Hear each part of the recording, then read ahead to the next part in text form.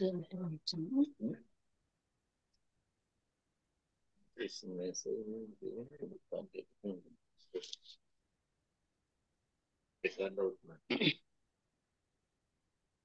Praise the lord madam, అందరికీ వందనాలు. ఆ దేవాదేవుడు మళ్ళీ ఈ అవకాశం మనకి ఇచ్చినందుకు, శ్రేష్టమైన సమయం మనకు అనుగ్రహించిన దేవాదేవునికి వందనాలు చెల్లించుకుందాం. ఈరోజు మూలవాక్యం అపోస్తలుడైన పౌలు రోమీయులకు రాసిన పత్రిక 13వ అధ్యాయం 12వ వచనం. అపోస్తలుడైన పౌలు రోమీయులకు రాసిన పత్రిక 13వ అధ్యాయం 12వ వచనం. రాత్రి చాలా గడిచి పగలు సమీపంగా ఉన్నది కనుక మనం అంధకార క్రియలను విసర్జించి తేజస్ సంబంధమైన యుద్ధోపకరణములు ధరించుకుందాము. రాత్రి చాలా గడిచి పగలు సమీపంగా ఉన్నది కనుక మనము అంధకార క్రియలను విసర్జించి తేజ సంబంధమైన యుద్ధోపకరణములు ధరించుకుందాము. ప్రేమ మళ్ళిన మా తండ్రి, మరొకసారి నాయన నీకు వందనాలు తండ్రి. మేమేమై ఉన్నామో కేవలం అది నీ ఉచితమైన కృపలైనా తండ్రి. దయగల మా ప్రభా, నిన్న నేడు నిరంతరం ఒకే రీతిగానైనా మమ్మల్ని కాపాడుతూ పోషిస్తున్న తండ్రి వందనాలు నాయన. చిన్న మందగా మేము ఇక్కడ చేరే కృప అనుగ్రహించినందుకు వందనాలు నాయన. ప్రతి ఒక్కరికి వినగల చెవి, గ్రహించగల మనసు, ఆచరించగలిగే హృదయం దయచేయండి నాయన. వాక్యం ధ్యానిస్తున్న నాకు, వింటున్న ప్రతి ఒక్కరికి నీ యొక్క పరిశుద్ధాత్మ నడిపింపు దయచండి, నీ యొక్క పరిశుద్ధాత్మ కుమ్మరింపు దయచండి. నా నోట నీ మాట ఉంచండి తండ్రి. దయగల మా ప్రభ, నన్ను ఒక పరికరంగా బోరుగా వాడుకోండి తండ్రి. దయగల మా ప్రభ, నాయన ఇప్పుడు ప్రత్యక్షంగా వింటున్న వారు, తర్వాత పరోక్షంగా వింటున్న వారు అందరికీ కూడా నాయన ఏ పర్పస్ నిమిత్తం నాయన ఈ పరిశుద్ధ గ్రంథంలో ఈ అధ్యాయం ఉంచావో తండ్రి, నాయన వారందరూ కూడా ఆ ఉద్దేశాన్ని గ్రహించగలిగేటట్టు నాయన నన్ను మరుగుపరిచి మీరే నాయన నా స్వరం వినిపించమని, అదేవిధంగా ఏ రకమైన టెక్నికల్ ప్రాబ్లమ్స్ కానీ ప్రకృతి సంబంధంగా ఏ రకమైన ఆటంకాలు లేకుండా కాపాడమని, జ్యోతి మేడం దీవించి రేపు హాస్పిటల్కి వెళ్తున్న సందర్భంగా తండ్రి మంచి రిజల్ట్ నాయన మేము వినగలిగే కృప దయచేయమని మా ప్రభువును నీ ప్రియ కుమారుడని యేసుక్రీస్తు ద్వారా వేడుకొంచున్నాం తండ్రి, ఆమేన్. మరొకసారి వందనాలండి. మనం 12వ అధ్యాయంలో అది రూపాంతర అనుభవాన్ని గురించి మనం ధ్యానించుకున్నాం. రూపాంతరం అంటే మనం చాలా ఎలాబొరేట్ గా మనం ధ్యానించుకున్నాం. 12వ అధ్యాయంలో రూపాంతర అనుభవం పొందడానికి ఒక వ్యక్తిని దేవుడు ఎట్లా ముందు ఆయన పరీక్షకు గురి చేస్తాడో, లేకపోతే ఏ రకంగా మరి శ్రమలు గుండా ప్రయాణింప చేస్తాడో అనేది ఆ టైంలో మనం సజీవ యాగంగా మన శరీరాన్ని సమర్పించుకున్నప్పుడు ఆ రూపాంతర అనుభవాన్ని మనం పొందుతాం. ఆ రూపాంతర అనుభవం పొందిన తర్వాత రూపాంతర అనుభవం పొందక ముందు మన జీవితానికి, రూపాంతర అనుభవం పొందిన తర్వాత మన జీవితానికి ఎట్లాంటి వ్యత్యాసం ఉండాలి, ఏ విధంగా జీవించాలి అనేది మనం ధ్యానించుకున్న చాలా సులభమైన మాటలు అందరికీ అర్థమయ్యే రీతిలో పెద్దగా నేరేట్ చేయవలసిన ఎక్స్పోజిషన్ అవసరం లేకుండానే 12వ అధ్యాయంలో సగభాగం అంతా కూడా హెచ్చరికలతోటే పౌలు గారు చాలా చక్కగా చెప్పారు. అంటే మనం 11వ అధ్యాయం వరకు మన మనసులో ఉంచుకుంటే ప్రతి వచనంలోనూ కూడా 11వ అధ్యాయం వరకు ఏదో ఒక అధ్యాయంలో మన ముందు ధ్యానించినటువంటి ఆ థియరీ, ఈ ప్రాక్టీస్ కి మనం అనుసంధానం చేసుకోవడానికి అవకాశం ఉంటుంది. ఇకపోతే రూపాంతర అనుభవాన్ని గురించి మనం చూస్తే, రూపాంతరం అంటే క్రొత్తగా జన్మించిన శిశువును పోలి నా మనస్సు కలిగి ఉండాలి. క్రొత్తగా జన్మించిన శిశువు మనసు ఎట్లా ఉంటుందో అట్లాంటి మనసే రూపాంతర అనుభవం. అదే విధంగా చిన్న బిడ్డలంటే ఎంతో ఇష్టం ఆయనకి, దేవుని రాజ్యం ఇలాంటి వారిదంటే చిన్న బిడ్డలు కలిగినటువంటి మనస్తత్వం మనందరికీ తెలిసిందే. అట్లాంటి మనస్తత్వం ఎందుకు, మరి అట్లాంటి మనస్తత్వం దేవుడు మనకు ముందు ఇచ్చాడు. ఇచ్చిన తర్వాత ఎట్లా పోగొట్టుకున్నాం అన్నది మనం చాలా సార్లు జ్ఞాపకం చేసుకున్నాం. ప్రసంగి గ్రంథకర్త అంటాడు, దేవుడు మనిషిని మంచిగా సృష్టించాడు, కానీ నరులు అనేక తంత్రములు కల్పించుకున్నారు. అంటే లోకంలో నుంచి మనం అనేక దైవ సంబంధం కాని అంశాలు మన హృదయంలో చేర్చుకోవటం వల్ల ఆ హృదయం దేవుడు మనకి ఇచ్చినటువంటి హృదయానికి భిన్నంగా తయారైంది. అదేవిధంగా పాత నిబంధనలో కూడా ఈ రూపాంతరం గురించి సమూయేలు మొదటి గ్రంథం 10వ అధ్యాయం 7వ వచనం తర్వాత చూడండి. అక్కడ సమూయేలు మొదటి గ్రంథం 10వ అధ్యాయం 7వ వచనంలో సౌలు ప్రవక్తలతో మాట్లాడిన తరువాత ఆయన ప్రవచించడం మొదలు పెట్టాడు. అంటే పరిశుద్ధాత్మ కుమ్మరింపు ఆయన మీద జరిగింది. అక్కడ ప్రవచించడం మొదలు పెట్టాడు. అక్కడ ఒక మంచి మాట వాడటం జరిగింది. సౌలుకి క్రొత్త మనసు ఇవ్వబడిన, క్రొత్త మనసు వచ్చింది. సౌలుకి క్రొత్త మనసు వచ్చింది. ఎప్పుడు వచ్చిందంటే ఆయన ఆ ప్రవక్తల గుంపులో ఉండి ఆ ప్రవక్తల ప్రవచనాలు విని ప్రవక్తలతో మాట్లాడి సహవాసం చేసిన తర్వాత ఆయన మీదకి పరిశుద్ధాత్మ కుమ్మరింపు, ఆయనకు వచ్చిన క్రొత్త మనసును బట్టి ఆయన పరిశుద్ధాత్మ కుమ్మరింపు అనేది జరిగింది. కాబట్టి ఈ రూపాంతర అనుభవం మనం పొందినప్పుడు తప్పనిసరిగా దేవుడు మనకి అనుగ్రహించవలసినటువంటి ఆధ్యాత్మిక మేళ్ళు అనేవి ఆయన అనుగ్రహిస్తాడు. అదే విధంగా అంతరంగంలో సత్యం కోరేవాడు కాబట్టి ఆయన ఆంతర్యంలో శుద్ధి, రూపాంతరం అంటే దావీద్ మహారాజ్ అంటాడు, దహన బలి కావాలంటే కోడెలను ఎడ్లను ఇవ్వాలంటే నేను ఎన్నో ఇవ్వగలను, కానీ విరిగి నలిగిన మనసు నీకు కావాలి కాబట్టి అంతరంగంలో శుద్ధి కోరేవాడు కాబట్టి నేను నా ఆంతర్యాన్ని నీ ముందు ఉంచుతున్నాను అంటాడు. పౌలు గారు కూడా అనేక సందర్భాల్లో నా హృదయాన్ని నీ ఎదుటగా ఉంచుతున్నాను అని చెప్పి దేవుడితో చెప్పడం అనేది జరిగింది.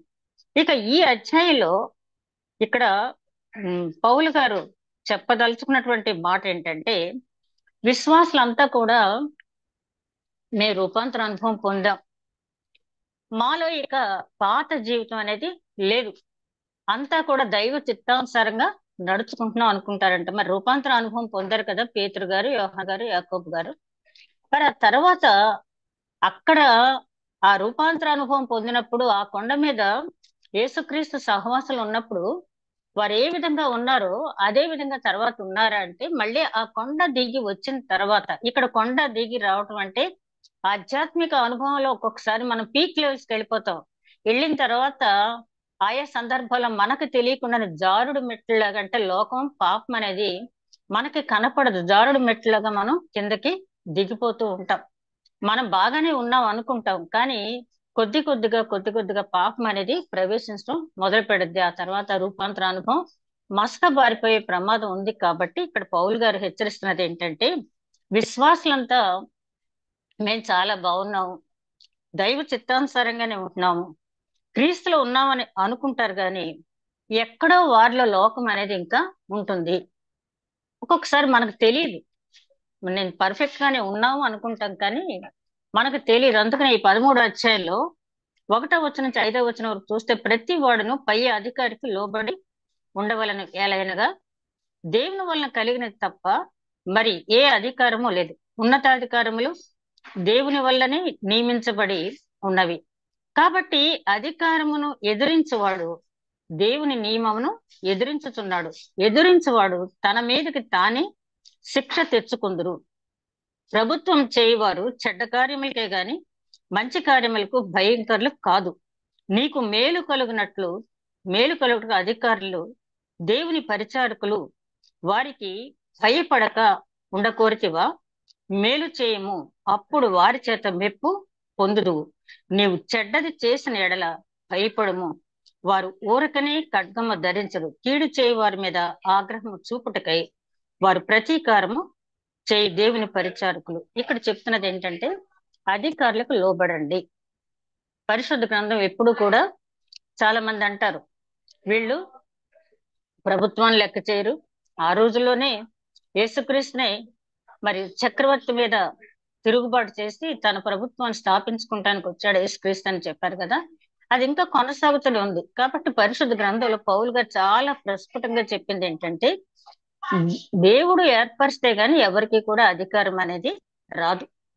ఆ అధికారం అతనికి వచ్చిందంటే దేవుని చేత నియమింపబడిన వాడు. అలాగని చెప్పి అధికారులంతా మంచివారు అని చెప్పి మాత్రం పౌలు గారు చెప్పడం లేదు.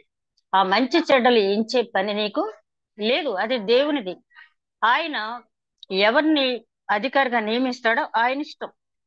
పాలకులంతా మంచివారని కాదు, కానీ అప్పటికి ఈ పత్రిక రాసేటప్పటికి అక్కడ చక్రవర్తిగా ఉన్నవారు నీరో చక్రవర్తి. నీరో చక్రవర్తి గురించి మనందరికీ తెలుసు. నీరో చక్రవర్తి గురించి మనందరికీ తెలుసు. పౌలు గారికి పేతురు గారికి శిరచ్ఛేదనం చేసి ఆయన వారిని చంపించిన సంగతి కూడా తెలుసు. అదే విధంగా క్రైస్తవులు వీళ్ళు ఆ పట్టణాన్ని తగలబెట్టారు, రోమా పట్టణాన్ని చెప్పి వీళ్ళ మీద అపవాదు వేసి వాళ్ళని కాల్ చేస్తా ఉంటే క్రైస్తవుల్ని హాహాకారాలు వినిపిస్తూ ఉంటే ఆయన చాలా చక్కగా ఏంటది ఫిడేల్ వాయించుకుంటూ ఉండి సంగీత ధ్వానాలు వింటూ చాలా సంతోషిస్తూ ఉంటాడు ఆయన. అట్లాంటప్పుడు పౌలు గారు ఏమంటున్నారంటే, అతను మంచో చెడో దేవుడు అతన్ని నియమించాడు. ముందు ఇన్నోసెంట్ అనే చక్రవర్తి, తర్వాత క్లౌదియా, తర్వాత నీరు వచ్చారు. వీళ్ళందరికీ వీళ్ళందరినీ కూడా మనం గమనించినప్పుడు ఏ ఒక్కళ్ళ పరిపాలన కూడా ప్రజానరంజకంగా గాని దైవ చిత్తానుసారంగా గాని లేదు. దైవ చిత్తానుసారంగా గాని లేదు. అయినప్పటికీ కూడా ఆయన ఏమంటున్నాడంటే, వాళ్ళు ఎట్లాంటి వారు అన్నప్పటికీ నీవు సరిగ్గా ఉన్నప్పుడు నువ్వు భయపడగలగా. ఒక్కొక్కసారి మనం ఎంత బాగా ఉన్నా అధికారులకు అనేది పక్షపాతం అనేది ఉంటుంది. కానీ ఒక్కటి మాత్రం గుర్తుంచుకోవాలి, ఏంటంటే నేను ఎవరికంటే తక్కువ? దేవుడు నన్నెందుకు తక్కువ చేశాడు? వాళ్ళకి ఎందుకు అధికారం ఇచ్చాడని చెప్పి ఎవరు కూడా మనసులో అనుకుంటానికి వీల్లేదు అని చెప్పి ఆయన అంటున్నాడు. 75వ సంకీర్తనలో ఆసాపు రాసినటువంటి కీర్తన చూస్తే, అంతకుముందు 73, 74లో కూడా ఆసాపు గారు ముందు 73లో ఆ దైవ భయం లేని వాళ్ళు అన్ని రకాలుగా వర్ధిల్లుతున్నారు, దైవ భయం లేని వాళ్ళు అధికారాలు చలాయిస్తున్నారు, దైవ భీతి ఉన్న వాళ్ళు అన్ని రకాలుగా నష్టపోయి హీనపరచబడుతున్నారు, ఎన్నాళ్ళు ఇలాగా అంటాడు. కానీ చివరికి వచ్చిన 73వ సంకీర్తనకు వచ్చేటప్పటికి అయినను నా చెయ్యి, నా కుడి చెయ్యి నీ చేతిలో ఉంది, నన్ను జారకుండా పట్టుకున్నవాడు నీవే అంటాడు. అంటే చివరి కంక్లూజన్కి వచ్చేటప్పటికి ఏదైతే ఏమి దేవుని పొందనేది అన్నిటికంటే మించినటువంటి ఘనమైనటువంటి బ్లెస్సింగ్, అది నేను పొందుకున్నాను అంటాడు. ఆసాఫ్ గారు అంటే మామూలు వ్యక్తి కాదు. దావీదు గారి దగ్గర ఉన్నటువంటి సంగీత కళాకారుడు. దాంతో పాటు దావీదు గారు రాసిన కీర్తనలు పాడుతూ దాంట్లో అంతరార్థాన్ని గ్రహించి ఒకానొక సమయంలో మనం అందుకని అంటాడు కదా పౌలు గారు, అతి విద్య ఒక్కొక్కసారి వెరితనానికి దారితీస్తుంట. అలా చదివి ఆసాఫ్ గారు ఏంటో దేవుడు ఒక రకమైన పక్షపాతం చూపిస్తున్నాడు. ఆయన కోసం నిలబడిన వాళ్ళకేమో శ్రమలు, ఆయన ఎదిరించే వాళ్ళకేమో అన్ని బాగానే ఉంటున్నాయి, ఏంటో ఇదని చెప్పి ఒక సముద్ర తీరాన్ని కూర్చుని ఆలోచిస్తాడు ఆయన. ఆ తర్వాత అట్లా ఆలోచనలోనే మళ్ళీ దేవుని వైపు చూస్తాడు. దేవుడు ఆయన్ని దర్శించడం అంటే ఆయన మనసులో ఆలోచనల్ని దేవుడు మార్చడం అనేది జరిగింది. చివరికి అవును, ఈ లోక సంబంధమైన భోగభాగ్యాలన్నీ కూడా ఇక్కడ విడిచిపెట్టి వెళ్ళేవే కదా, నేను దేవుని పొందుకున్నాను, దేవుని పొందు నాకున్నప్పుడు ఇవన్నీ కూడా ఎందుకు పనికిరానివే అనుకుంటాడు. తర్వాత 74వ సంకీర్తనకు వచ్చేటప్పటికి ఇశ్రాయేలీయులు దేవుని ఎట్లా విసికించారో, ఆ ఫరో చక్రవర్తి దగ్గర నుంచి విడుదల చేసి తీసుకొచ్చేటప్పుడు ఎట్లా సణిగారో గుణగారో, అయినప్పటికీ కూడా ఆయన మంచి హృదయంతో వీళ్ళని ఇక్కడ తీసుకొచ్చి మన్నాను తినిపించి మెరీబా దగ్గర జలములు త్రాగించి ఎంతో చక్కగా వాళ్ళని తీసుకొచ్చాడు. వాళ్ళు ఇన్ని రకాలుగా తిరుగుబాటు చేసినప్పటికీ ఆ 74వ సంకీర్తన అంతా కూడా అదే ఉంటుంది, బండ నుండి నీరు పుట్టించిన దేవుడు అని చెప్పి. ఆ తర్వాత 75వ సంకీర్తనకు వచ్చేటప్పటికి ఇక్కడ 1వ వచనం మాత్రం ఆసాఫ్ గారు మాట్లాడింది. ఈ 2వ వచనం దగ్గర నుంచి దేవుడు ఆసాఫ్తో మాట్లాడుతున్నది. మనం గమనించాల్సింది కీర్తనలోను అలాగే యెషయా గ్రంథంలోను చాలా అధ్యాయాలు, యోబు గ్రంథంలో అక్కడక్కడ ఒక్కొక్కసారి ఆ వ్యక్తే మాట్లాడతాడు, ఒక్కొక్కసారి ఆ వ్యక్తితో దేవుడు మాట్లాడటం జరుగుతుంది. కొన్ని సందర్భాల్లో దేవుడు అక్కడ ఉన్నటువంటి వ్యక్తి ఇద్దరు సైమల్టేనియస్ గా మాట్లాడటం అనేది జరుగుద్ది. ఇలా 3 రకాల సంభాషణలు ఈ యెషయా గ్రంథంలోను తర్వాత సంకీర్తనలోనూ ఉంటాయి. అట్లాంటిదే ఇక్కడ మొట్టమొదటి వచనమేమో ఆసాపు దేవుడికి కృతజ్ఞతాస్తుతులు చెల్లిస్తున్నాడు. ఆ తర్వాత వచనాలు చూసేటప్పటికి దేవుడు ఆసాపుతో సెలవిస్తున్నటువంటి మాట, దేవా మేము నీకు కృతజ్ఞతాస్తుతులు చెల్లించుతున్నాము. 75వ సంకీర్తన, నీవు సమీపంగా ఉన్నావని కృతజ్ఞతాస్తుతులు చెల్లించుతున్నాము. నరుల్ని ఆశ్చర్యకార్యములు వివరించుదురు. ఆయన ఎంత చక్కగా వివరిస్తున్నాడంటే, ఈయన అంతా కూడా మంచి మ్యాథమెటిషియన్. అయిన ఆల్జీబ్రా అంటే బాగా ఇష్టం ఉంటుంది. ఏదైనా కూడా సంక్షిప్తంగా చాలా చిన్న చిన్న వచనాల్లో చాలా పెద్ద అర్థాలు వచ్చే మాటలు రాయటం అనేది ఈయన ప్రత్యేకత. ఆయన అంటున్నాడు, నీవు సమీపంగా ఉన్నావు కాబట్టి కృతజ్ఞతాస్తుతులు చెల్లిస్తున్నాం. ఏదో ఎంత మొక్కినా వినని దేవుడికి ఎవరు కూడా కృతజ్ఞత చెప్పరు. మేం పిలిచిన వెంటనే మా మొర ఆలకించి మా సమస్యను పరిష్కారం చేసే దేవుడు కాబట్టి నీకు కృతజ్ఞతాస్తుతులు చెల్లిస్తున్నాం అన్నాడు. అక్కడతోటి ఆసాపు గారు మాట్లాడిన నరులు ఆశ్చర్యకారములను వివరించుదురు, నీ ఆశ్చర్యకార్యాలని నరులు వివరించుదురు. అక్కడతో అయిపోయింది ఆసాపు గారి మాట. ఇక రెండవ వచనం దగ్గర నుంచి దేవుడు మాట్లాడుతున్నాడు అక్కడ. భూమి, నేను యుక్త కాలమును కనిపెట్టుచున్నాను, నేనే న్యాయమును బట్టి తీర్పు తీర్చుచున్నాను. ఆ అంతవరకు మదన పడ్డాడు కదా ఆసాఫ్ గారు. అక్కడ దేవుడు చెప్తున్న మాట ఏంటంటే, యుక్త కాలము అంటే రైట్ టైం, తగిన కాలం కోసం నేను కనిపెడుతున్నాను, నేనే తీర్పు తీర్చుతాను, ఎవరు కూడా నరులు కంగారు పడక్కర్లేదు. భూమి మీద, భూమి దాని నివాసులందరూ లయమగనప్పుడు నేనే దాని స్తంభములను నిలుపుదును. పేతురు గారు రాసిన 2వ పత్రిక 3వ అధ్యాయంలో ఉంటుంది కదా, సర్వం లయమైపోతాయి గాలి మహావేగంతో. ఆ లయమైపోయినప్పుడు భూమి ఆకాశం కూడా లయమయ్యేటప్పుడు అక్కడ నీతి నిలుస్తుంది అంటాడు. నీతి అంటే నీతిపరుడు ఎవడు? ఎవరు? దేవుడే కదా. ఆయన అంటున్నాడు, అంతా లయమైపోయేటప్పుడు భూమికి స్తంభాలు మాత్రం నేను నిలబెడుతున్నాను, ఆ స్తంభాలు నేను పడిపోనివ్వను అని చెప్పి అంటున్నాడంటే, అక్కడ స్తంభాలు అంటే నీతి అంటే ఎవరైతే దేవుణ్ణి ఆశ్రయించి నీతి నిజాయితీలతో బ్రతుకుతారో, ఎవరైతే దేవుని వైపు చూస్తూ ఉంటారో వారిని యెషయా గ్రంథం దగ్గర నుంచి మలాకీ గ్రంథం వరకు అనేక సందర్భాల్లో శేషమే మిగులుతును, శేషమే మిగులుతుంది అంటారంటే, ఇశ్రాయేల్ జనాభాలో ఎవరైతే అన్ని పరీక్షలకు తట్టుకుని దేవుణ్ణి ఆశ్రయించి దేవుడు తప్ప నాకు ఎవరు అక్కర్లేదని ఎవరైతే అన్ని కాలాల్లో, అన్ని సమయాల్లో, అన్ని పరీక్షల్లో, అన్ని శ్రమల్లో, అన్ని ఛాలెంజెస్ లో నిలబడతారో వారు శేషంగా మిగులుతారు. ఆయన అంటున్నాడు, ఆ స్తంభాలు నేను పడిపోనివ్వను. ఇక్కడ చూడండి, గలతీయులకు రాసిన పత్రిక 2వ అధ్యాయం 10వ వచనంలో చూస్తే అక్కడ అంటాడు కదా పౌలు గారు, స్తంభాలైనటువంటి పేతురు, యోహాను, యాకోబు నాకు తమ కుడి చేతినిచ్చి నన్ను ప్రోత్సహించి పంపించారు. ఇక్కడ స్తంభాలు అంటే వారు దేవునికి ఇష్టలైనటువంటి వారు. ఇక్కడ 4వ వచనంలో చూస్తే అహంకారులై ఉండకుడని అహంకారులకు నేను ఆజ్ఞ ఇచ్చుచున్నాను, కొమ్ము ఎత్తకుడి, ఎత్తుగా కొమ్ము ఎత్తకుడి, పొగరు పట్టిన మాట్లాడుకుడి అని భక్తిహీనులకు నేను ఆజ్ఞ ఇచ్చుతున్నాను. తూర్పు నుండైనను, పడమటి నుండి అయినను, అరణ్యము నుండి అయినను హెచ్చు కలుగుడు, దేవుడే తీర్పు తీర్చువాడు. అతిశయించవద్దు, ఇదంతా నా వల్లే, నేను చాలా తెలివైన వాడిని, నేను చాలా బలవంతుడని ఎవరు అతిశయించొద్దు. దేవుడు తలుచుకుంటే ఒక్క క్షణంలో అది ఎలా మారిపోతుందో మనందరికీ కూడా తెలుసు కదా. ఆయన అంటున్నాడు, దేవుడే తీర్పు తీర్చువాడు, ఆయన ఒకని తగ్గించును ఒక హెచ్చించును. యెహోవా చేతిలో ఒక పాత్ర ఉన్నది, అందులోని ద్రాక్షారసము పొంగుచున్నది, అది సంభారంతో నిండి ఉన్నది, ఆయన దానిలో పోయిచున్నాడు. భూమి మీద ఉన్న భక్తిహీనులందరూ మడ్డితో కూడా దాన్ని పీల్చి మిరింగివేశారు, నేనైతే నిత్యము ఆయన స్తుతిని ప్రచురము చేసేదను అని చెప్పి ఆయన అంటాడు, భక్తిహీనుల కొమ్ములన్నిటిని నేను విరుగగొట్టేదను, నీతిమంతుల కొమ్ములు హెచ్చించేదను. అంటే ఒకళ్ళని హెచ్చించడం ఒకళ్ళని తగ్గించడం నా చేతిలో ఉంది. ఎవరు కూడా వాళ్ళని ఎందుకు హెచ్చించాడు, వీళ్ళని ఎందుకు తగ్గించాడని మాత్రం ఎవరు కూడా మీరు అనుకోవద్దని ఆయన చెప్తూ ఉన్నాడు. ఈ 75వ సంకీర్తన 2వ వచనం నుంచి 7వ వచనం వరకు మనం గమనించినప్పుడు ఇదంతా కూడా మనం మన జీవితంలో ఆచరించాల్సినటువంటి అంశం. ఆయన ఆసాపు గారితో చెప్పే మాటలు ఈ రోజు మనతో కూడా ఆయన చెప్తూ ఉన్నట్టుగా మనం గమనించాలి. అదే విధంగా ఇక్కడ మనం గమనించినట్లయితే, అంటే ఎందుకు వీళ్ళకి అధికారం వచ్చింది అని మనం ఎవరి గురించి అనుకున్నట్టయితే దానికి జవాబు ఆయన చెప్తున్నాడు ఆ సంకీర్తనలో.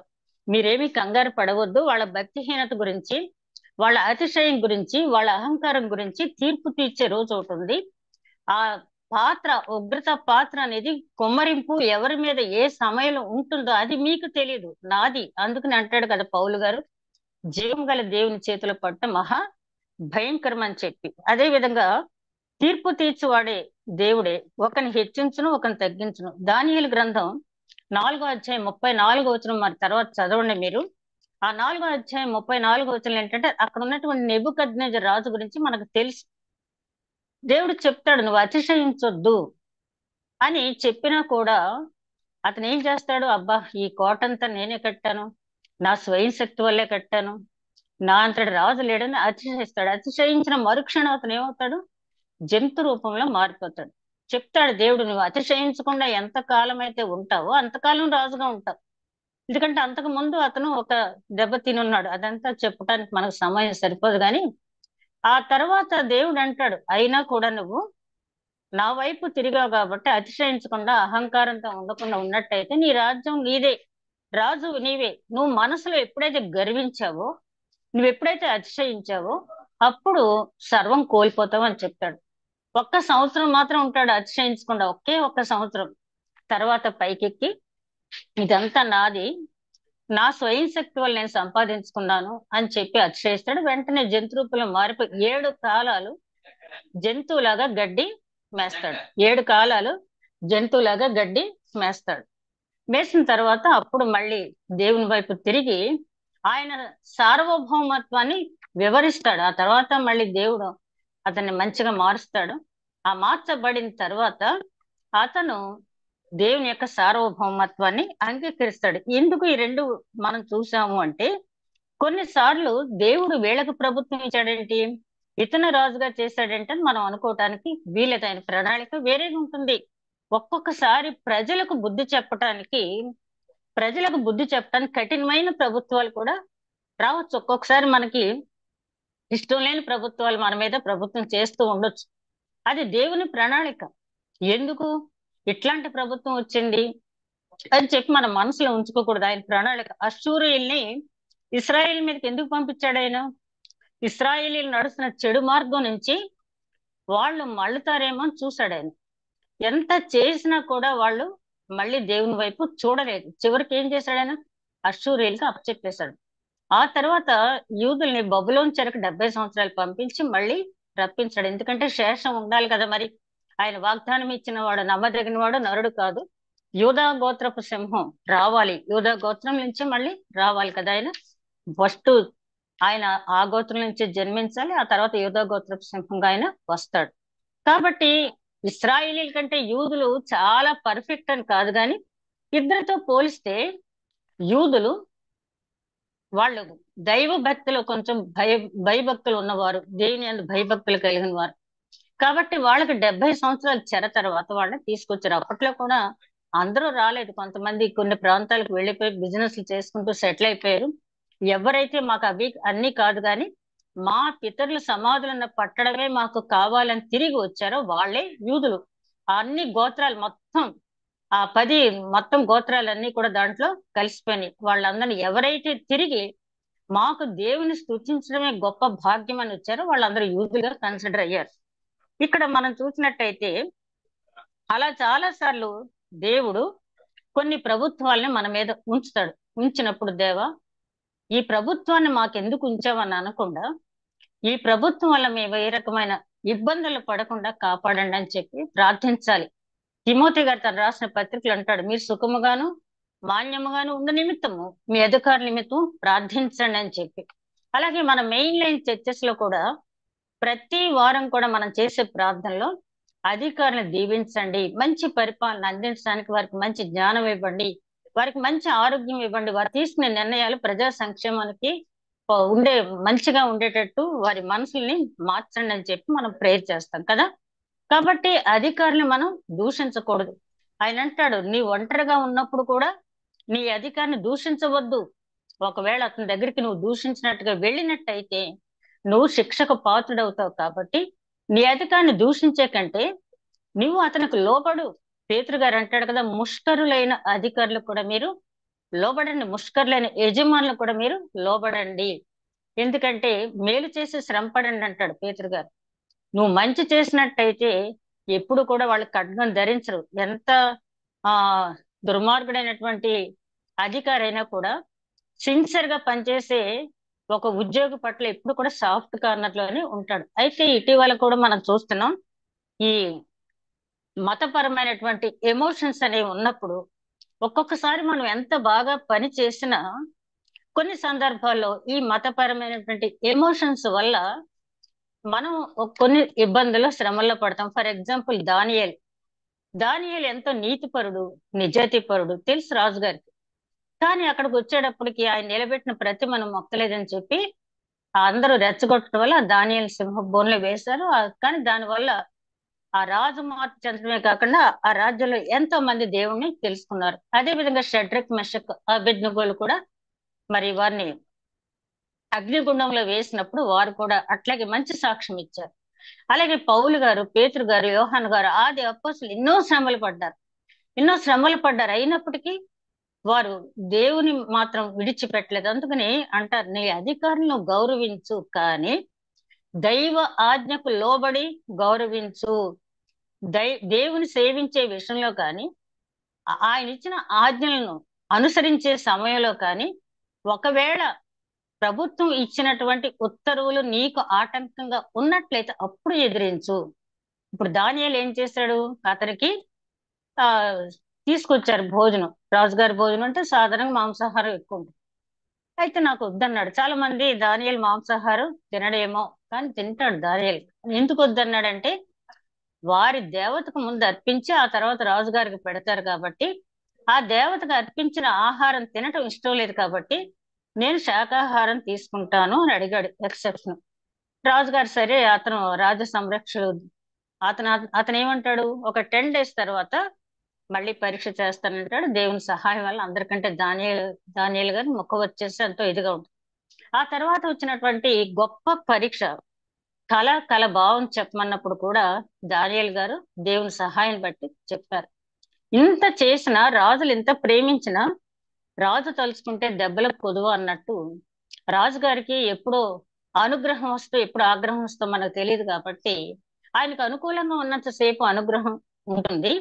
ఒకవేళ ఆయనకు ఆగ్రహం తెచ్చినట్టయితే, తెప్పించే విషయం ఇలా మతపరమైనటువంటి విషయాలు, ఎమోషన్స్ ఉన్నట్టయితే, అట్లాంటి విషయంలో మాత్రం నువ్వు జాగ్రత్తగా ఉండు. నేనేం చేయను ప్రభువా, నువ్వే కదా. ఇప్పుడు ఏదో అవ్వమ్మ గురించి ఆదాము గారు చెప్పినట్టు, నీవు నాకు ఇచ్చిన స్త్రీ వల్లే నేను ఈ పాపం చేశానని చెప్తే కుదరదు. అక్కడ చెప్పేశారు, దేవుడు ఒక్క దేవుని విషయం తప్పించి నీ అధికారులు దేంట్లోనూ కూడా నువ్వు ఎదిరించవద్దు అని చెప్పాడు. అదే విధంగా ఇక్కడ 6వ వచనం నుంచి 7వ వచనం వరకు మనం గమనించినట్లయితే, 6వ వచనం నుంచి 7వ వచనం వరకు, ఏలయనగా వారు దేవుని సేవకులై ఉండి ఎల్లప్పుడూ ఈ సేవ యందే పని కలిగి ఉందురు. అందుకే కదా మీరు పన్ను కూడా చెల్లించుచున్నారు. కాబట్టి ఎవనికి పన్నో వానికి పన్నును, ఎవనికి సుంకమో వానికి సుంకమును చెల్లించుడి. ఎవని ఎడల భయం ఉండవలను వాని ఎడల భయమును, ఎవని ఎడల సన్మానము ఉండవలను వాని ఎడల సన్మానము కలిగి ఉండుడి. అందరికిని వారి వారి రుణములను తీర్చుడు. ఇక్కడ మనం అర్థం చేసుకున్నట్టయితే, వారు దైవ పరిచారకులు అంటున్నారంటే, ఆ రోజుల్లో రాజుగారి సమక్షంలో ఉన్న ఉద్యోగుల గురించి చెప్తున్నారు. ఆ రోజుల్లో రాజు అంటే దైవాంశ సంభూతుడు. చక్రవర్తులు కూడా మేమే దేవుడు, మీ దేవుడితో పాటు ముందుగా మాకు నమస్కరించి, మా విగ్రహానికి, మా పోర్ట్రేట్ కి, మా ఫోటోకి నమస్కరించి ఆ తర్వాత మీ దేవుడికి నమస్కరించుకోవచ్చు, మీ ఇష్టం అన్నారు. కానీ అది ఎదిరించిన వారికి అనేక రకాలైనటువంటి శిక్షలు పడినాయి. అయితే ఇక్కడ పౌలు గారు చెప్పినది ఏంటంటే, సాధ్యమైనంత వరకు అధికారికి లోబడి ఉండండి ఒక దైవాజ్ఞ విషయంలో తప్పించి. వాళ్ళు దేవుని పరిచారకులు, అంటే దేవుని చేత నియమింపబడినటువంటి వారు కాబట్టి, అందుకే కదా మీరు పన్ను సుంకము కూడా చెల్లిస్తున్నారు అని చెప్పి. ఈ పన్నుకి సుంకానికి ఉన్న తేడా ఏంటని ఓల్డ్ కేజీవీలో చూస్తే అక్కడ ఇచ్చింది ట్రిబ్యూట్ అని, ట్యాక్స్ అని. పన్ను సుంకు అంటే, పన్ను సాధారణంగా మనకి ప్రతి వస్తువు మీద సపరేట్ గా పడద్ది. ట్యాక్స్ అనేది మనకి సాధారణంగా ఓవరాల్ గా మన శాలరీ మీద పడద్ది. అదే అనుకుంటున్నాను డిఫరెన్స్. అందుకని అక్కడ ఆయన అన్నాడు, ఎవరికి చెల్లించాల్సిన వాళ్ళకి చెల్లించండి అన్నాడు పౌలు గారు. ఇది పౌలు గారు ఏదో సొంతగా చెప్పిన మాట కాదు, కానీ ఓల్డ్ టెస్ట్మెంట్ లో ద్వితీయోపదేశ కాండంలో, నిర్గమకాండంలో కూడా చాలా క్లియర్ గా ఉంది. ప్రభుత్వానికి, దేవాలయానికి చెల్లించాల్సిన దేనికి దానికి అరతులో వెండి చెల్లించాలి. ప్రతి యువకుడు 20 సంవత్సరాలు దాటిన యువకుడికి, 20 సంవత్సరాలు దాటిన తర్వాత ప్రతి యువకుడికి అరతులో వెండి చొప్పున మనం అక్కడ చెల్లించాలి. ఆ టైంలో ప్రభుత్వం ఏ పన్ను విధిస్తే అది కూడా మనం చెల్లించాలి. కాబట్టి దాన్ని మళ్ళీ యేసుక్రీస్తు మత్తయి సువార్త 22వ అధ్యాయం 21వ వచనం మనం గమనించినట్లయితే, పరిసయ్యులు చూశారంటే యేసుక్రీస్తుని మాటలో ఎట్లా చిక్కుల్లో పెట్టాలి అని అనుకుని వాళ్ళ మనసులో ఆలోచించుకున్నారు. ఎప్పుడు కూడా దుష్టాలోచనలే కదా, ఆలోచించుకుని అనుకున్నారంటే ఏం మాట్లాడాలని రిహార్సల్ వేసుకున్నారు. బోధ కూడా, నీవు సత్యవంతుడు, సత్య మార్గాన్ని బోధిస్తున్నావు, మోమాటం లేనివాడు, నువ్వు చాలా స్ట్రైట్ ఫార్వర్డ్ గా మాట్లాడుతాను మాకు తెలుసు, నిన్న ఒకటి అడుగుతున్నాం మేము ఏంటంటే, మేము పన్ను నీకు చెల్లించాలా కైసరుకు చెల్లించాలా అని అడిగారంట. ఆయనకు వెంటనే అర్థమైపోయింది వీళ్ళకి అన్ని తెలిసి అడుగుతున్నారని. హృదయాంతరంగ రహస్యాలు తెలిసిన దేవుడు ఆయన. ఈ పరిసయ్యులు ఏం చేస్తారంటే, వాళ్ళు డైరెక్ట్ గా వెళ్ళరు ఎప్పుడు. వాళ్ళు ఎప్పుడు డైరెక్ట్ గా వెళ్ళరు. హెరోదీయులు కొంతమంది వెళ్తూ ఉంటే ఈ ప్రశ్న అడగటానికి, హెరోదీయులతో పాటు తమ శిష్యులు పంపించినట్టుగా ఉంది అక్కడ. పరిసయ్యులు డైరెక్ట్ గా ఎప్పుడు ఫేస్ టు ఫేస్ మాట్లాడరు. వాళ్ళు ఎవరినో ఒకరు ఉపయోగించుకుంటారు. వాళ్ళు మాత్రం చాలా నీట్ గా కనపడతారు పైకి. ఈ పరిసయ్యులు వాళ్ళ శిష్యుల్ని హెరోదీయులతో కలిపి పంపించి యేసుక్రీస్తుని అడిగినప్పుడు యేసుక్రీస్తు ఏం చెప్పారంటే, ఒక దేనారం తీయండి పైకి అని అడిగారు. దీని పైవ్రాత ఎవరిది, ముఖ చిత్రం ఎవరిది అని అడిగారు. ఈ పైవ్రాత ముఖ చిత్రం అంతా కూడా కైసరిది అని చెప్పాను. రైట్. కైసరవి కైసరికి, దేవునికి ఇవ్వండి అంటే అక్కడ కైసరికి చెల్లించాల్సిన పన్ను చెల్లించాలి, దేవునికి చెల్లించాల్సినటువంటి కానుక దేవునికి చెల్లించండి. కైసరు దేవుడు కాదు. అలాగే దేవుడు కైసరికి విరోధంగా ఎప్పుడు కూడా ప్రకటించడు. దైవ కుమారుడు ఎప్పుడు కూడా కైసర్ అధికారంలో పాలు పంచుకోవటానికి కానీ, ఆ కైసర్ మీద తిరుగుబాటు చేయటానికి కానీ అతను ఈ లోకంలోకి రాలేదు. కాబట్టి కైసర్ విధానాన్ని బట్టి అతను ప్రభుత్వం నడపాలి. కాబట్టి ప్రభుత్వాలు అనేవి ఉండాలి.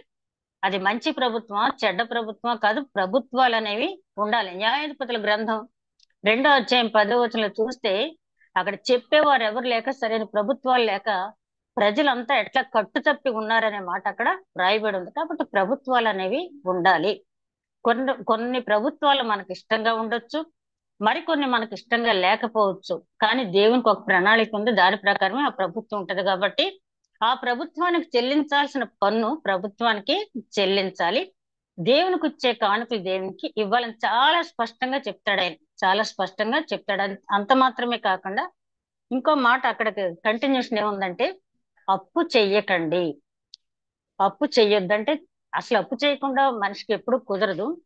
అప్పులు చేయటమే అదొక హాబీ కొంతమందికి ఉన్నా కూడా ఇంట్లో అప్పులు చేయటం అంటే అట్లాంటి అలవాటు మీకు ఉండొద్దు. ఒకవేళ మీరు ఎప్పుడైనా అప్పు చేసినా ఆ అప్పు తీర్చడానికే ప్రయత్నం చేయండి, అంతే తప్పించి ఆ అప్పు తీర్చకుండా దాట వేయటానికి మీరు చూడవద్దు. ఆ దేవుని దృష్టిలో మహా పాపం. ఎందుకంటే నీ పొరుగు అనేది ఏది కూడా ఆశించవద్దు అన్నాడు కదా. అయితే ఒక తెలివైన ఆయన అన్నాడంట, ముందు ఒక అతను అన్నాడంట, ఏదో అవసరం ఉంది, అతని అవసరం అంతా కూడా మంచి అవసరం కాదు, అతనికున్న హ్యాబిట్ ఏదో బ్యాడ్ హ్యాబిట్ తీసుకోవటానికి డబ్బులు అడిగాడంట. లేవన్నాడంట ఇలా. అంటే వెంటనే నువ్వు బైబిల్ చదువుతున్నావు, నువ్వు ప్రార్థన చేస్తున్నావు, చర్చికి వెళ్తున్నావు, నిన్ను వల్లే నీ పొరుగువాన్ని ప్రేమించమని చెప్పాడు కదా దేవుడు, ప్రేమించలేవా, నాకు డబ్బులు ఇవ్వు అన్నాడంట. ఈయన వెంటనే అన్నాడంట, నీ పొరుగు అని ఏది కూడా ఆశించకూడదని అదే పరిశుద్ధ గ్రంథం చెప్పింది, ఒకసారి చదువు అని చెప్పి. ప్రతి దానికి ఆన్సర్ అనేది ఉంటుంది. అప్పు చేయటం అనేది తప్పు అనేది కాదు. అప్పు చేసి ఆ తర్వాత నీకు సాగుబడి అయినప్పుడు, నీకు పరిస్థితులు అనుకూలించినప్పుడు అప్పు తీర్చే, అంతే తప్పించి అప్పు చేయటం నా హక్కు అని చెప్పి అప్పు చేసేసి వదిలేయటం అనేది దేవుని దృష్టిలో చాలా తప్పు అని చెప్పి ఇక్కడ పౌలు గారు చెప్తున్నారంటే, రూపాంతరం చెందినటువంటి వ్యక్తి ఇది చిన్న చిన్నవే కదా అనుకుంటాం మనం. నేనంతా కూడా రూపాంతర అనుభవంలో నేను ఉంటున్నాను, ఇవన్నీ కూడా చిన్న చిన్నవే, ఇది పెద్దవి కాదు. చిన్న పాపం పెద్ద పాపం అనేది లేదు. నీ రూపాంతర అనుభవంతో స్వచ్ఛంగా మారినటువంటి నీ హృదయం, నవీన స్వభావం ధరించుకున్నటువంటి నీ మనసు చెడిపోవటానికి ఏదో పెద్ద కారణం అక్కర్లా. నీ అధికారిని ఎదిరించవద్దన్నాడు. నువ్వు సకాలంలో పన్ను చెల్లించు, అదే విధంగా అప్పు చేయవద్దు అని. 4వది ఏం చెప్తున్నాడంటే, నువ్వు ఎవరికి రుణగ్రస్తుడుగా ఉండవద్దు. ఒక్క విషయంలో మాత్రమే నువ్వు రుణగ్రస్తుడివి. దేంట్లో నువ్వు రుణగ్రస్తుడు అంటే, నీ సహోదరుని ప్రేమించుటలో నువ్వు రుణగ్రస్తుడివి. నేను 30 ఏళ్ళు ప్రేమించాను నా సహోదరుని, ఇక నేను ప్రేమించను అంటానికి లేదు. అందుకనే పేతురు గారు అడుగుతారు కదా, ప్రభువా ఒక అతను తప్పు చేస్తే ఎన్నిసార్లు క్షమించాలి అని అడుగుతాడు.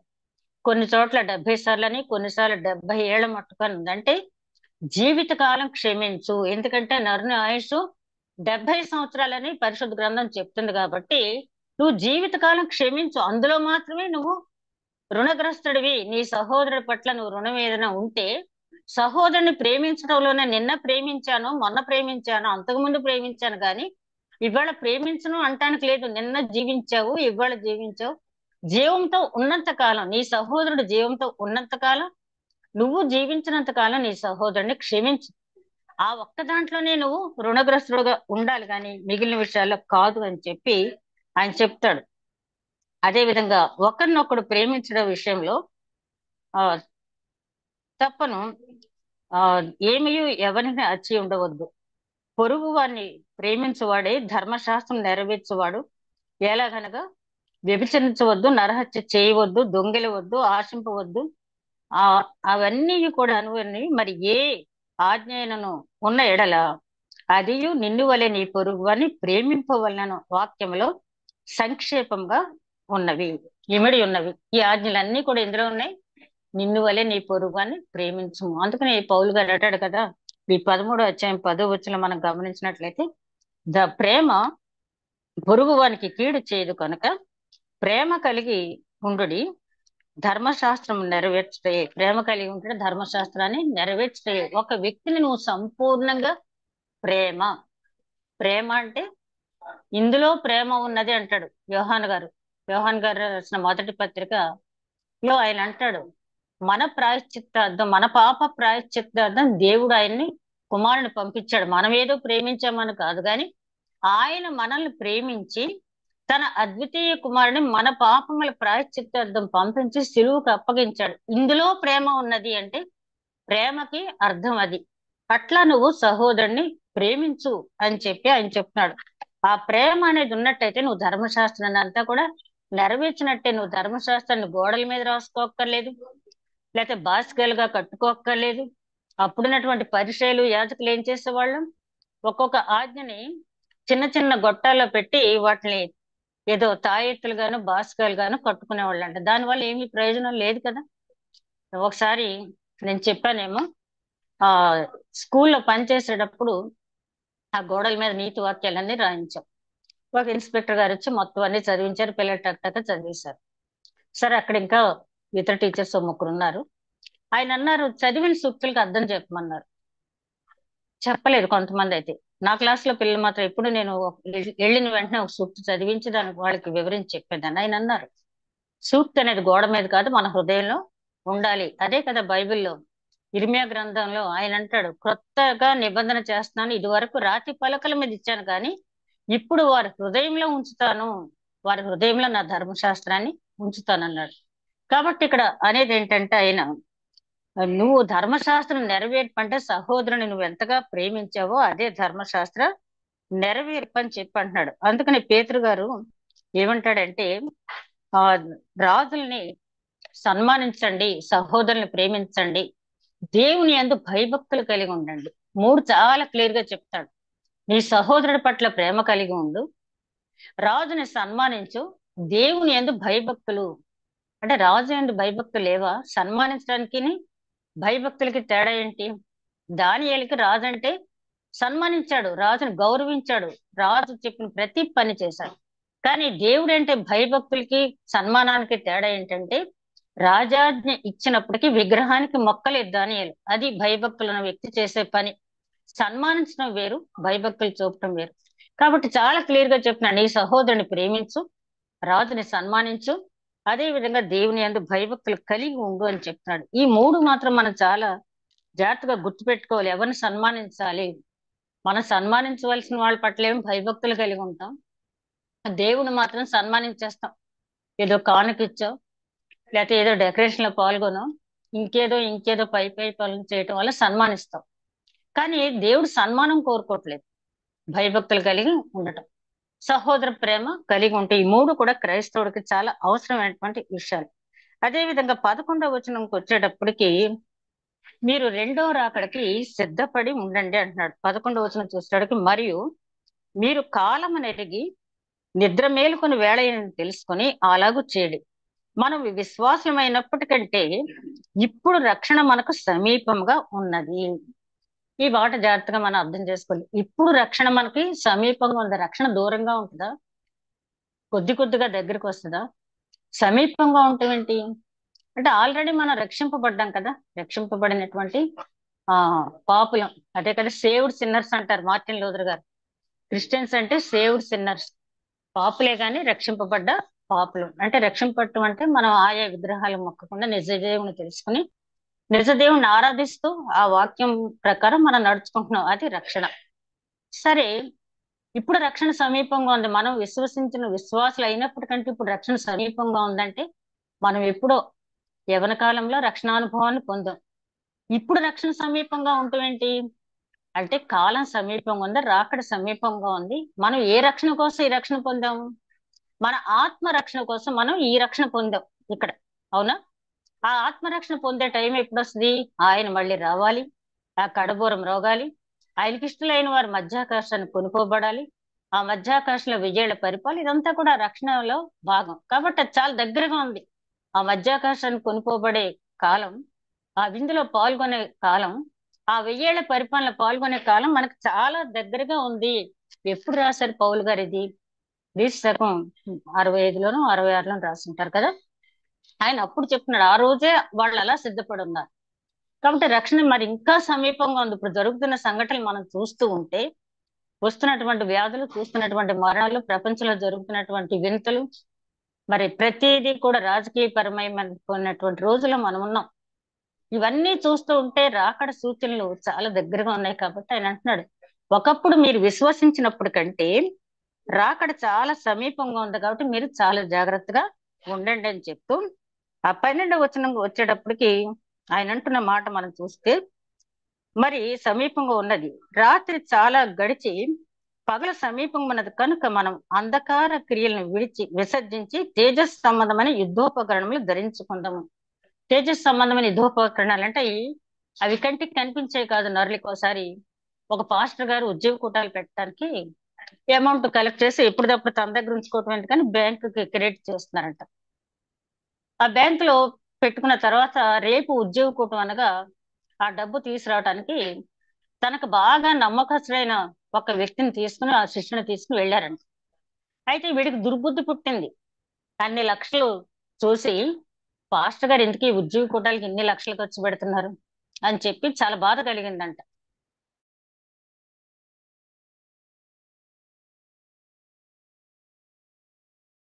బాధ కలిగి వాడు ఏం చేశాడంటే, అబ్బాయి మా పాస్టర్ ఆయన నేను బండి మీద వస్తున్నాము, మీరు అటాక్ చేసి ఆయన దగ్గర ఉన్నటువంటి ఆ డబ్బు తీసుకుని మీరు కొంత నాకు కొంత ఇవ్వండి అని వాటాలు మాట్లాడుకున్నాడంట. సరే అయిపోయింది. పాస్టర్ గారు ఆయన బండి మీద వస్తున్నారు. పాపం పాస్టర్ గారు తెలియదు కదా, నిష్కల్మషంగా దేవుని పాటలు పాడుకుంటూ వస్తున్నాడు. ఈ లోపల ఆ వెనక నుంచి ఏ శబ్దాలు వినపడుతున్నాయి. వీడేం చేశాడంటే, పాస్టర్ గారు ఒకసారి బండి ఆపండి అన్నాడు. ఎవరో వస్తున్నారండి మన వెనకాల, ఆపండి అని వెనక్కి వెళ్ళాడండి. ఇతను వెనక్కి వెళ్ళి ఆ దొంగల దగ్గరికి వెళ్ళి ఏదో మాట్లాడుతున్నాడు. ఇతనును వాళ్ళు కలిసి నడుస్తున్నారు. ఈ లోపల పాస్టర్ గారి చుట్టూ కూడా ఆ ఆయుధాలు ధరించినటువంటి మనుషులు రౌండ్ గా సర్కిల్ గా ఏర్పడి వీళ్ళకి కనపడుతున్నారంటే, ఎంత దూరం నడిచినా వాళ్ళు అలాగే కనపడుతున్నారండి తెల్లవారే వరకు. వీళ్ళకి చిరాకు వచ్చి, ఎరా నువ్వేం చెప్పావు, వాటా కూడా మాట్లాడుకున్నావు కదా, నీ రేషియో ఎంత నా రేషియో ఎంత అని చెప్పి నువ్వు చేసిన పని ఏంటో మాకు తెలియకుండా పాస్టర్ గారికి వేరే సెక్యూరిటీ ఏర్పాటు చేసి మమ్మల్ని పిచ్చవాళ్ళు చేసామని ఇతన్ని చిత్తకొట్టి కొన ప్రాణంతో వదిలిపెట్టి వెళ్ళిపోయారంట. తెల్లారి వెళ్ళి పాస్టర్ గారి దగ్గర అడిగారంట, సార్ అంత డబ్బు ఎక్కడి నుంచి వచ్చిందని మీరు అంతమంది అంగరక్షణలు ఎలా పెట్టుకున్నారని. బాబు నాకు అంగరక్షకులు ఎవరు లేరు, ఏంటంటే జరిగిందంత విని పాస్టర్ గారు అన్నారంట, దేవుడు తన సైన్యాన్ని నాకు తోడుగా పంపించాడు. తేజో సంబంధమైన యుద్ధోపకరణాలు అంటే అపవాదిని జయించడానికి వాయుమండల అధిపతులతోనూ ఆకాశ సైన్యంతో మనం పోరాడాలని చెప్పి ఎఫెసీయులకు రాసిన పత్రిక 6వ అధ్యాయంలో పౌలు గారు చెప్తారు కదా, సర్వాంగ కవచము మీరు ధరించండి. తేజస్ సంబంధం అంటే అపవాది వేసే బాణాలు, ఆ చీకటి బాణాలని తేజస్ సంబంధమైనటువంటి యుద్ధోపకరణాలు ఎదుర్కోవాలి. అట్లాంటి ఆయుధాన్ని మీరు ధరించండి. దేవుని మహిమాన్వితమైనటువంటి రక్షణ కవచంగా మనకి ఉండాలి. చీకటి క్రియలు ఎప్పుడు వస్తాయి అవి? మనలో ఉన్న చీకటి క్రియలు విసర్జించాలి. రూపాంతర అనుభవం పొందిన తర్వాత కూడా పౌలు గారు, పేతురు గారు పడిపోయారు, యోహాన్ గారు పడిపోయారు, కానీ తర్వాత వాళ్ళు మళ్ళీ తెలుసుకున్నారు. అందుకని పౌలు గారు హెచ్చరిస్తున్నారు, ఒకసారి రూపాంతర అనుభవం పొంది నేను బాగానే ఉన్నానని కాదు, కానీ ఒకసారి మళ్ళీ మనం పరీక్షించుకుందాం, ఎక్కడైనా లోకం మనలో ఉందేమో చూసుకుందాం, చెక్ చేసుకుందాం చెప్పి ఆ చీకటి క్రియలు ఎలా తెలుస్తుంది? మన చీకటి క్రియ వాక్యమే చెప్పుద్ది మనకి. వాక్యమే మన వాక్యం చదివేటప్పుడు మనలో ఉన్న చీకటి క్రియ, ఫర్ ఎగ్జాంపుల్ ఒక అధికారిని ఎదిరించాం, ఇంటికి వచ్చాం, మనం చేసింది తప్ప కాదని వాక్యం చెప్పొద్దు. నీ అధికారిని ఎదిరించవద్దు, చాటుగా కూడా దూషించవద్దని పరిశుద్ధ గ్రంథం చెప్తుంది. కాబట్టి తప్పు చేసాం మనం, అక్కడ దేవుని క్షమాపణ మనం అడగాల్సింది. ఈ 14వ వచనానికి వచ్చేటప్పుడు, 13వ వచనానికి వచ్చేటప్పటికి, అల్లరితోనూ ఆటపాటల వలెను మత్తైనను లేకయు, కామ విలాసములైనను పోకిరీ చేష్టలను లేకయు, కలహమైనను మత్సరమైనను లేకయు, పగటయందు నడుచుకున్న వారి వల్లే మర్యాదగా నడుచుకుందాం. మెట్టుకు ప్రభువైన యేసుక్రీస్తును ధరించుకున్న వారే శరీరేచ్ఛలను నెరవేర్చుకొనుటకు శరీరం విషయమై ఆలోచన చేసుకొనొకడి. పౌలు గారు ఏం చెప్తున్నారంటే, నేను క్రైస్తవుని, నేను క్రైస్తవురాలిని అని చెప్పి నువ్వు చెప్పుకుంటూ, నేను క్రీస్తుని ధరించుకున్నానని నువ్వు మాటలతో చెప్పడం కాదు, కానీ నిన్ను చూసిన వారు నువ్వు క్రీస్తుని ధరించుకున్నావు అని వాళ్ళు చెప్పాలి, అంతేగాని నీ గురించి నువ్వు చెప్పుకోవటం కాదు. లోకంలో ఉన్నటువంటిదంతా కూడా చీకటి. యోహాను గారు రాసిన యోహాను సువార్త 3వ అధ్యాయం 19-20 వచనాలు చూస్తే, వెలుగు లోకంలోనికి వచ్చింది కానీ మనుషులు తమ క్రియలు చెడ్డమైనందున వెలుగును వారు స్వీకరించలేదు, వాళ్ళు చీకటిలోనే ఉండిపోయారు. అలా చీకట్లో ఉండేవారం కాకుండా వెలుగును స్వీకరించేవారుగా మనం ఉన్నప్పుడు, మన క్రియలు వెలుగుకు సంబంధించిన అయినప్పుడు ఆ యుద్ధోపకరణాలు దేవుడే మనకి ఇస్తాడు. అదే విధంగా మనం వెలుగుగా ఉండాలి.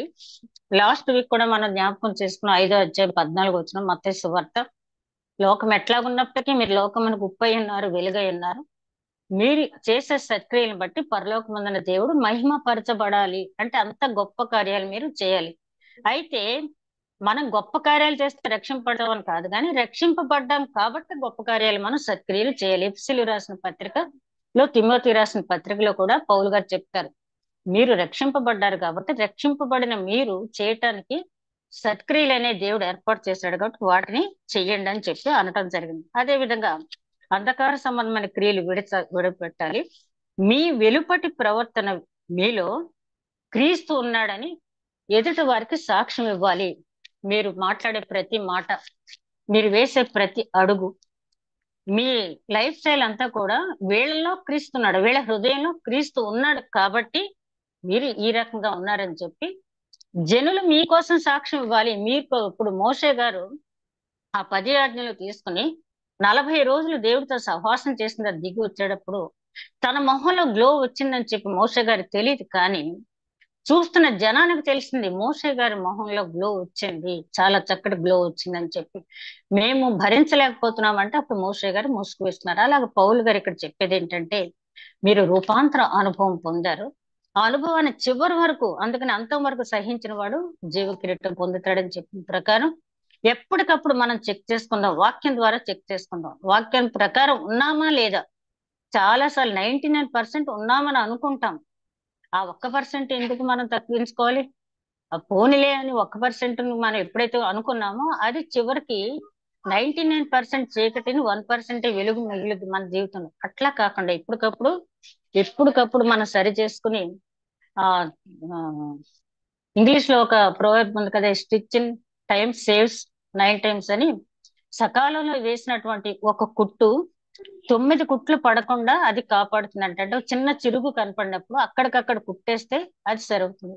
పోనీలే అని కొంచెం వదిలేస్తే చివరికి 10 కుట్లు వేయవలసి రావచ్చు. అలాగే మన జీవితంలో కూడా చిన్నదే కదా అని వదిలేస్తే చివరికి అది చాలా పెద్దది, మళ్ళీ మనం తొలగించుకోలేనటువంటి కొండగా మారక ముందే ఆ తేజస్ సంబంధమైన యుద్ధోపకరణాలు ధరించి అపవాది వేసే బాణాలు తిప్పకూడదాం. అట్టి నడిపింపు దేవుడు మనకి అనుగ్రహించనుగాక. దయగల మా ప్రభువా, ఇంతవరకు ధ్యానించిన వాక్యం 30 60 100 దీవించి అనేక ఆత్మ రక్షణార్థం నాయన కృప చూపమని మా ప్రభువును నీ ప్రియ కుమారుడని యేసుక్రీస్తు ద్వారా వేడుకుంటున్నాం తండ్రి. ఆమేన్.